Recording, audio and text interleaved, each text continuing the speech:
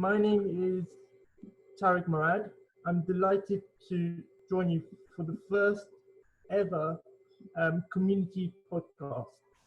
And today I'm delighted to joined by two guests who will be helping me with this. Um, Taz Virdee, who's the Heston West Big Local manager, um, and David Thurman, who is the MS Society in Hangzhou manager um, and committee member of Heston West Big Local. And today I'm going to ask them some questions just to find out some information about them. So let's start with David Thurman. How's your day going, David? So far, so good. Getting bored being in lockdown, which is the best thing to do if you've got underlying illness like myself and many, many more people out there, and particularly for the elderly as well. Yeah, me too. I'm the same. I hope we'll finish from this soon. How about you, Taz? Yeah, it's been a busy day today because we've been well. I'll talk about it shortly, but been helping local families and individuals in our community with food parcels in the last week or so. So today's really been ramping it up, getting as many people to sign up for the service, but also to make sure that we have enough volunteers to support that.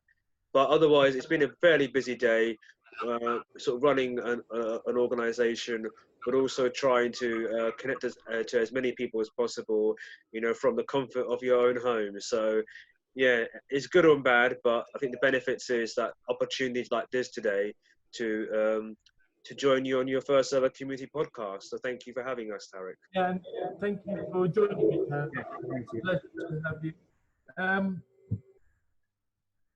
The next question I wanted to ask you guys: how have you been coping during self-isolation? Let's start with Taz this time. So how I've been coping during self-isolation? Well, it has been a very tricky time because normally in the role or the job I do, it's a very social job. So you're out and about all the time, making connections, but also you're running multiple activities and projects, you know, frontline work really, essentially. And to move that all offline and put it online has been our greatest challenge. But we have done pretty well because we're very lucky, Tarek, because we have a very good team behind us of volunteers, but also partners. And what I am quite proud of is how quick we have responded to this emergency need. So I think through self-isolation, it has been challenging, but it has had its rewards because we are able to make more connections now. And I feel that people are listening more, people are now taking time for self-care, but also to realize the importance of taking care of your family and your community. I would also like to say, even though I realize sometimes the internet is bad, so people are really struggling, aren't they, as well sometimes with that. How about you, David? Yeah, struggling because can't go out, as you know, for isolation. Can't get med. So if it wasn't for Heston Big Local going out, getting the medication to help people that can't get out, we've struggled. It's something that we've done very proud of. If it wasn't for the volunteers and more volunteers to help out, it's a godsend for people. All right. Thank you for that, David. So let's go on to the next question. What's been going on with Big Local since COVID-19? And let's ask David this time. we've set up an emergency system in place to help the vulnerable with certificates that have been through the doors. If you want phone calls, shopping, even to post letters, we've had the likes of the Hungry Horse donate stock. We've got Morrison's donating stock. We've got lots of volunteers to help out deliver the stuff. It's just amazing what we're doing for the community. And I'm sure Taz can say a bit more on it, as it's his baby, shall we say. Wow, that's amazing. Wow, so many Yeah, I volunteers. think what I can do, Tarek, is I can add to what David just said there, and he's absolutely bang on right. I mean, I think the work that we have been doing, you know, sort of picking up food and obviously I think medication in some circumstances as well to deliver has been life-changing stuff for people. And so I think we've been keeping quite busy in that sense because we needed to try to make as many connections in our community. But it has been has been with challenges because Tarek, I'm not sure if you're aware, but you know the challenges has been really is finding people who need this support because a lot of people fall through the cracks of the system, especially if those are not being shielded or deemed vulnerable by local authority or by the government, but there are people in our communities who are vulnerable. So it's about finding those people and offering them this support, which for many people who have been offered it are very grateful indeed. So that must be challenging. So what challenges have you faced, Taz? I think the challenges really has been trying to orchestrate all this, you know, at home, and also trying to, you know, keep yourself positive, keep yourself motivated. I think it's not that hard to keep yourself motivated, really, to be honest, because you know why you're doing it. You're doing it to help as many people as possible. But I feel, I think a lot of people might be able to, you know, feel that this is happening to them in terms of routine, because a lot of us have sort of come out of our normal routine, waking up in the morning, going to work or whatever, or going to school or college or university, and suddenly it's been thrown out. And I think our social lives are gone, and the connections that we have with our friends and family, and obviously volunteers. You know, we often meet on a most of us meet on daily basis or weekly basis. So that has been the great challenge of a life-altering situation, and also trying to keep positive in pretty much a very difficult scenario. Just wanted to add one last question to you, Taz. How do you keep yourself motivated? Do you have any advice you can give to anyone? Yeah, I think for me, so naturally, I've always been a quite a motivated individual. However, you know, it's like exercise. If we don't exercise too often, you suddenly start to feel not great. So I think with motivation, it is daily exercises. A lot of it is your vision, your goals, what you want to achieve, and make your goals not too big at the beginning. Make them small, manageable steps. Otherwise, you can end up overwhelming yourself. So to start any project, to start anything, always start small, start slow and steady, and then you'll be able to see the outcome at the end. For those who throw themselves into it and expecting, you know, big changes automatically are the ones who often lose motivation quite quickly because they don't see instant results. I think success in general is not instant results. It's small wins over a period of time. And for us as a community organization, how we reached this point, been operating now for nearly 5 years, and because we've been able to engage with, you know, nearly thousands of people in that time, we have that connection already. So when this emergency response happened, we were pretty much, I feel, ideally placed to tackle it quite quickly before the local authority did. And that shows the strength of our community work. So that is what I was particularly quite proud of.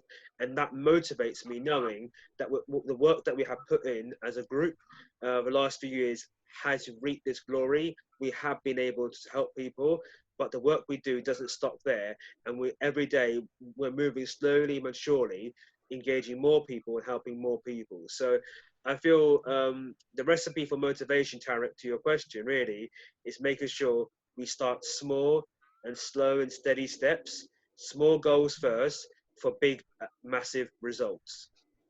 I agree with that, because I think if we do it fast, it wouldn't work. So I think we should go slowly, step by step, because it's a good way to start. How about you, David? I agree with Taz. Start off small and you get the benefits afterwards. Yeah, It's bigger and bigger. yeah, But the nice thing is we're getting response from people outside Heston. We're getting people in South Hounslow, i.e. The Hungry Horse, donating as a volunteer to drive. I had somebody on Twitter respond to me asking about him and his mum wanting to cook, which I forward on to the various people. And the local MP, Seema, she's over the moon for what we've done for the committee. It's just brilliant, really. So now we've asked you what challenges you've faced, but what challenges have we faced in the community? Let's start with Taz. The challenges we face in the community really has been, I feel people are probably grieving in terms of normal life, normal social life. You know, the way of our life has changed. So I feel like the first challenge really is, I think like any loss in life, we have to go through the 7 stages of grief. And I think a lot of us are in that period right now where we're quite sad what's happened. And I think we're finding it a bit difficult to come out of it in terms of our mindset, that this can also be a positive experience for us as individuals, families, and communities. I think that the positive out of all this is we have seen, I think David may agree here, is we have seen people come together. We have seen people really step up and really offer their support where possible.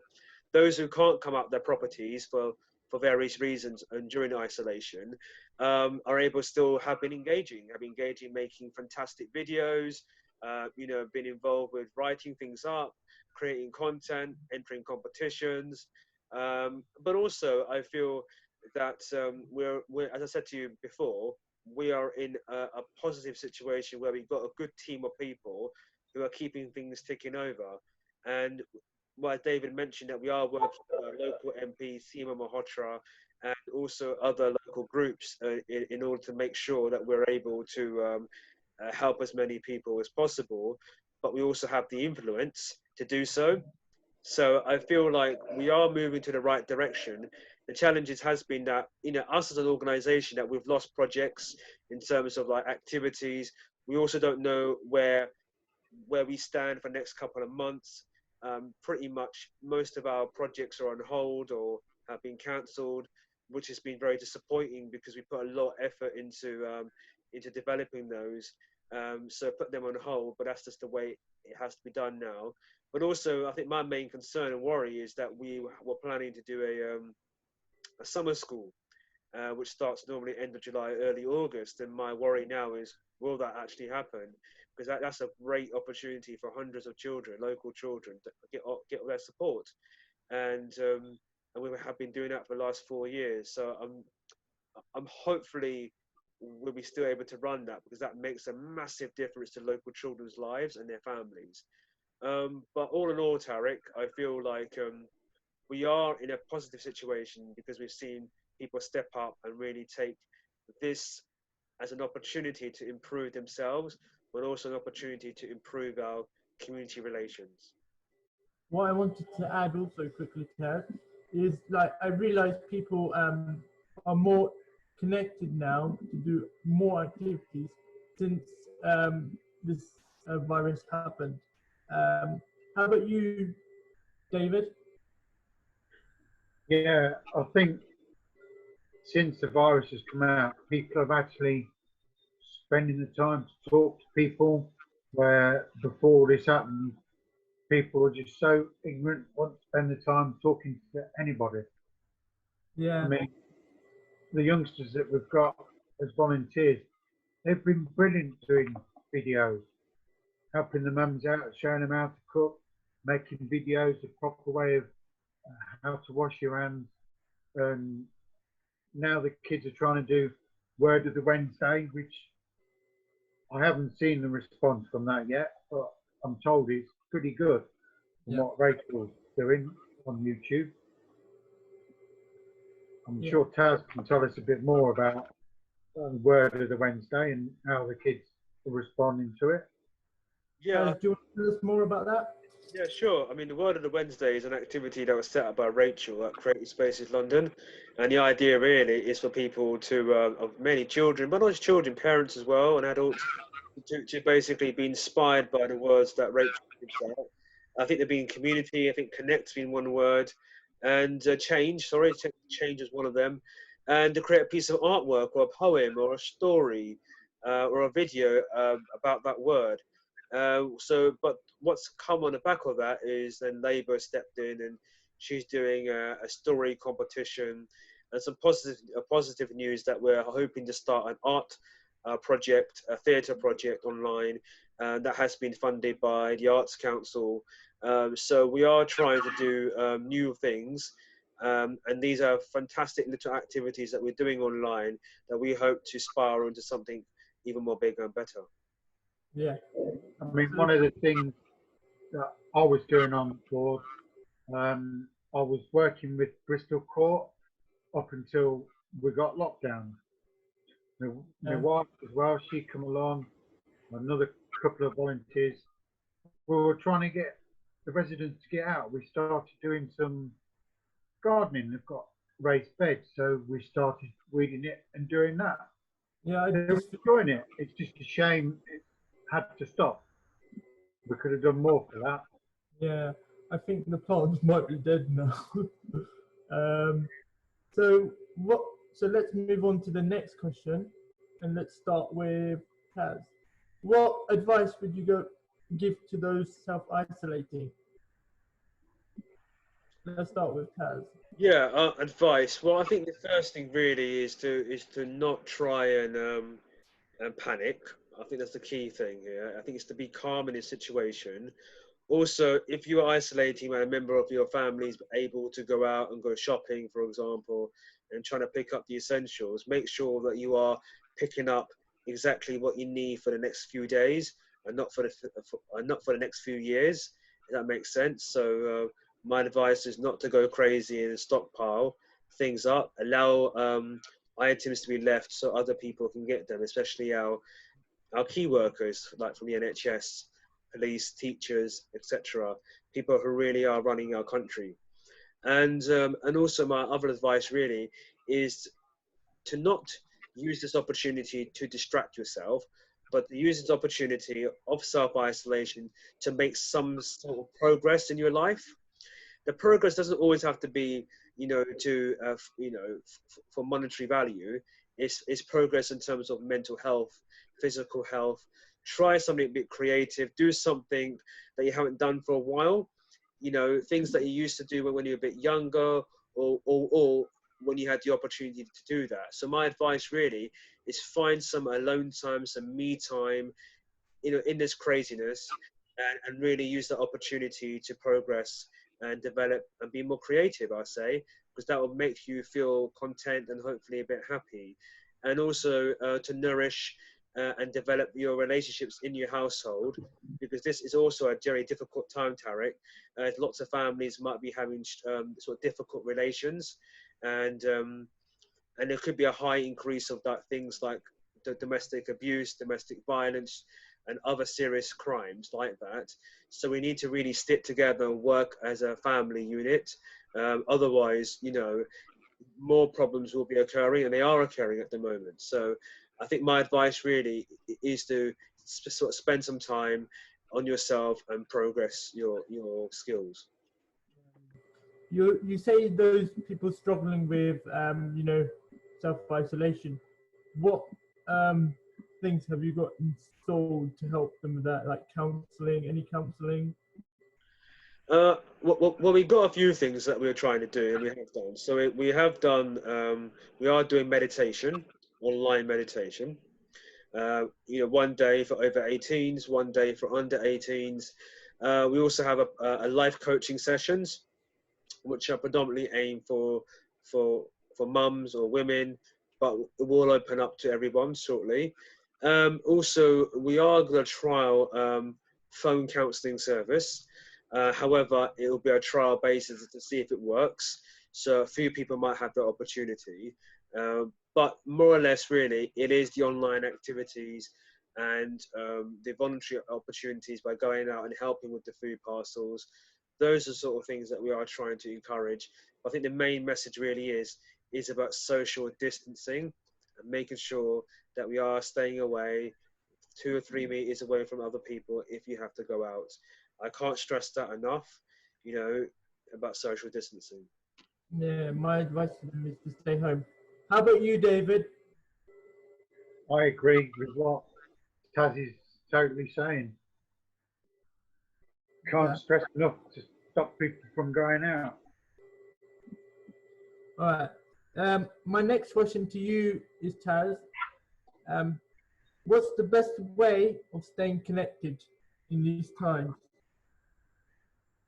I think the best way, really, I mean, there's a few ways, but I think in these times, the best way to stay connected is first and foremost to use your telephone wisely, make phone calls, talk to people that you haven't spoken to for a while.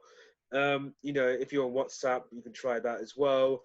And video conferencing, things like we're doing right now to create this community podcast, is these are sort of methods that we need to be doing to have that communication with people. Of course, we all know here that the personal touch is always the better way of doing it, but we can't do that at this current time. So I think we need to work with the best of our ability and what technology is available. And also for those who are able to leave their properties, I feel the art of writing letters, posting letters to neighbors, to family members, the old school style, is something which I would encourage as well. It's not like immediately that you respond, but it is a nice way of showing and also dedicating some time to write a letter, where most of us have not done that ever, or haven't done that for a very long time. So I would say sort of go back to the old school style of communication. It could be a great benefit to our mental health as well. Yeah, I agree as well. Also, especially those who don't have internet, it's good to write letters. How about you, David? I agree. Pick up your telephone, speak to people. If you're struggling, speak to a counsellor. I know I'm doing my wife's head in. She's threatened to bury me under the patio if we had one. She's not coping very well because we're under each other's feet. Domestic violence will double or even triple during these times. People won't pick the phone up and speak to each other. Yeah. It's hard times.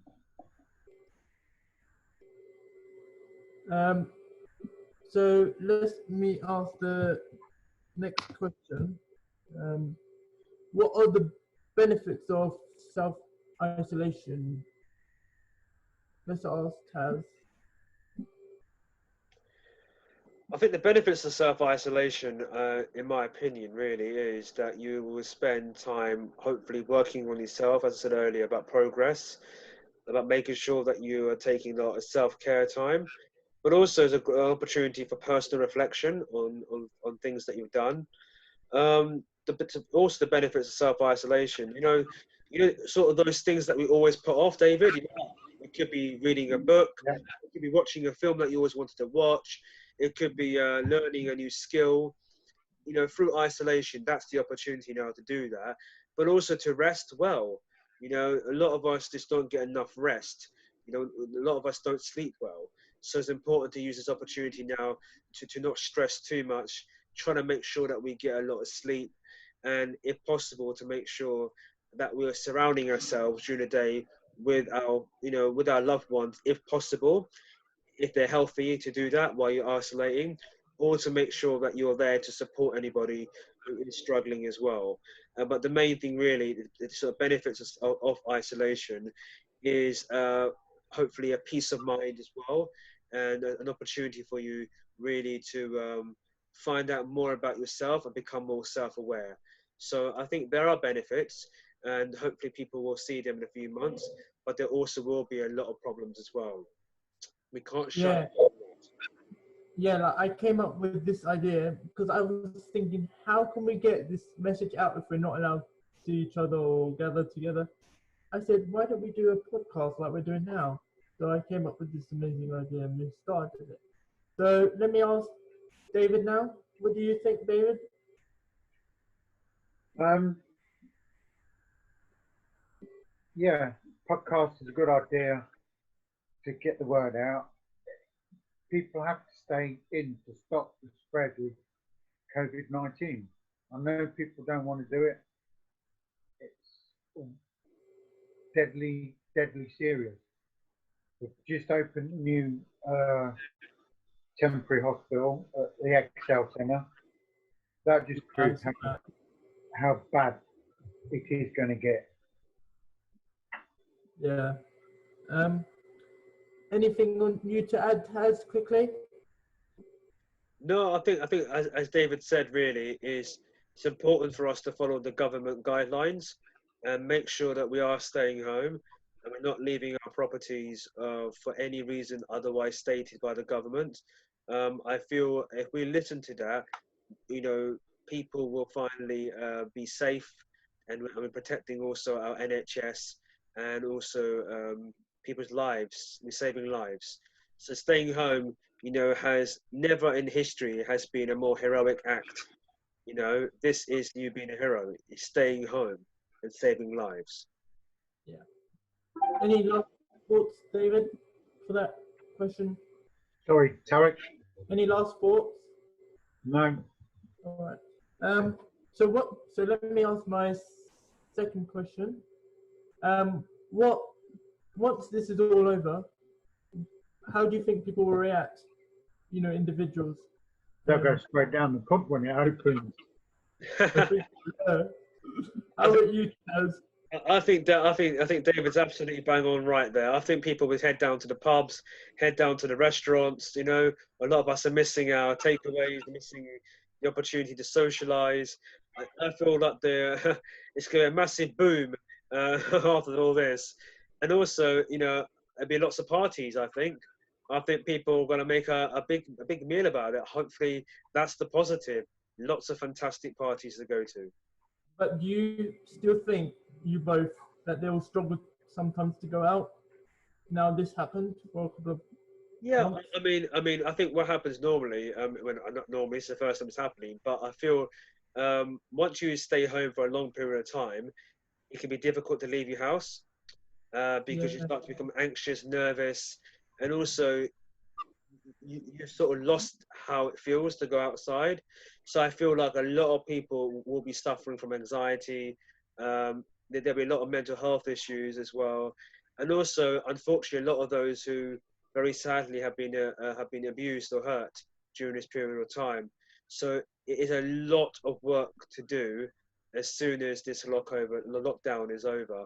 So you know we haven't really started yet, and those are the I'm, frightening thoughts. I'm hoping that once the lockdown's released, people will still stay strong, like we are doing at the minute. People helping everybody out. It's brought everybody together. Let's hope it stays that way. Who knows? yeah, I hope so too. I hope so too. I hope so people will go out more and not be too scared, but I I can mean, understand. I'm I'm sure it's hard for you, Tarek, being in Bristol Court. All your residents there can't get out. Yeah, and You're, I always ask about the residents, I have to admit. I ask how they're getting on, but some of them are saying they're really struggling. Yeah, yeah, because it must be very difficult. I mean, you're one of the lucky ones who've got access to internet. I'm sure the others haven't. yeah. Anything from you, Taz? I think so. My final thoughts for today, really, first things first, for us, really, is to say a massive thank you to you, Tarek, Thank you. because I think Tarek, I think you've done an amazing job bringing this together. It's not easy to set up your own talk show, and you've done a great job, and I feel very honoured to be one of your first guests on your show. So thank you very much, Tarek, for putting the time and Thank effort. you for joining me. No worries at all. It's been an absolute honour. Anything from you, David? No, I've just been told from my wife on social media on Sunday the what? 5th of April, 7 o'clock, they're asking for people to put some music on and dance on your doorstep. So let's hope we can get the word out and get everybody out there dancing. What, just a random company? Just to get everybody out The to music dance. they want on is S Club 7 Reach. S Club 7 Reach. So let's see. Maybe we can get people out there. Yeah. Thank you for joining me, David. You're welcome. So I'll see you guys next time on the show with more guests. And thank you for joining me for this podcast. I'm your host, Tarek Mrad. And thanks again. See you next time. Thank you, Tarek. Thank you, Tarek. You.